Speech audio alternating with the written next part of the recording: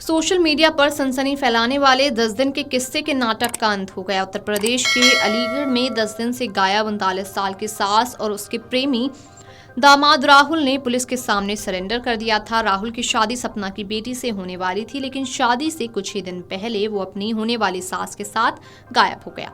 Surrender करने के बाद भी सपना इस बात पर अड़ी हुई थी कि राहुल के साथ रिश्ते खत्म करने का उसका कोई इरादा नहीं है। आखिरकार वही हुआ जिसके संकेत मिले थे। होने वाले दामाद राहुल संग गई महिला खुद वापस आने के बाद भी पति या बच्चों के साथ रहने को राजी नहीं हुई। परिवार परामर्श केंद्र में हुई काउंसलिंग के बाद वह राहुल संग जाने की जिद पर अड़ गई। तमाम प्रयास के बाद 18 अप्रैल शाम उसे राहुल और उसके परिजनों के साथ भेज दिया गया। जाते समय उसने यही कहा कि हम दोनों साथ रहेंगे।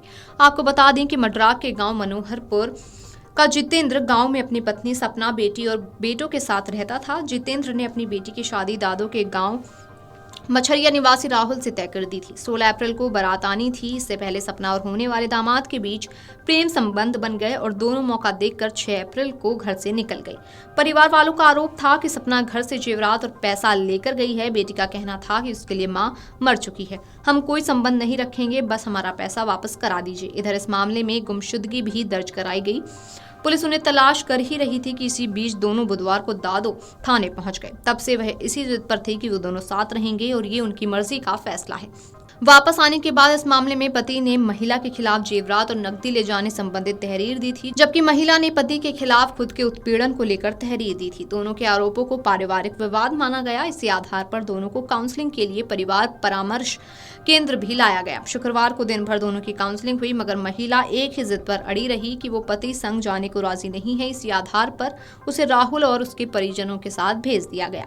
काउंसलिंग से पहले महिला को वन स्टॉप सेंटर में रखा गया। यहाँ भी महिला से स्टाफ ने बातचीत की। महिला को बच्चों के विषय में बात करते हुए कहा कि कम से कम उनका तो कुछ सोचो, मगर महिला ने साफ कह दिया कि उसने जो झेला है उसके आगे अब उसे कुछ समझ नहीं आ रहा है। क्योंकि राहुल ने उसे सहारा दिया है, इसलिए अब वह उसी के साथ जाएगी। इस बातचीत में महिला ने यहाँ तक कहा कि उसकी और दामाद की बातचीत यूं ही शुरू नहीं हुई।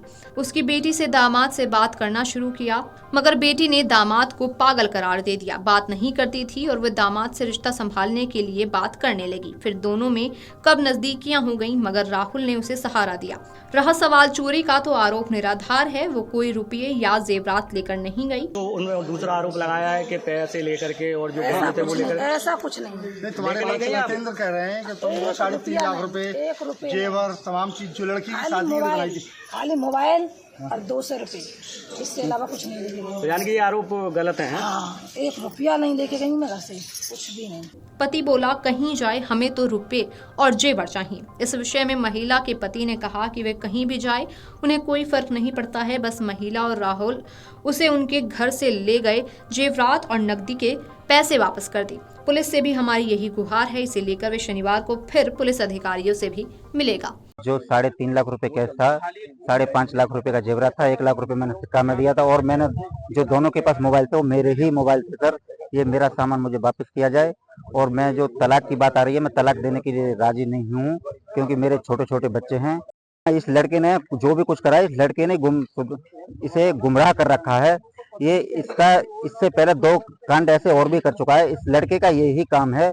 इनके लिए कार्रवाई ये है, मेरे ख्याल से तो इनको बहुत बड़ा अपराध है, दोनों को जेल किया जाए सर। अगर आप ये वीडियो YouTube पर देख रहे हैं तो हमारे चैनल को सब्सक्राइब कर बेल आइकन दबाएं और Facebook पर देख रहे हैं तो हमारे पेज को लाइक करें।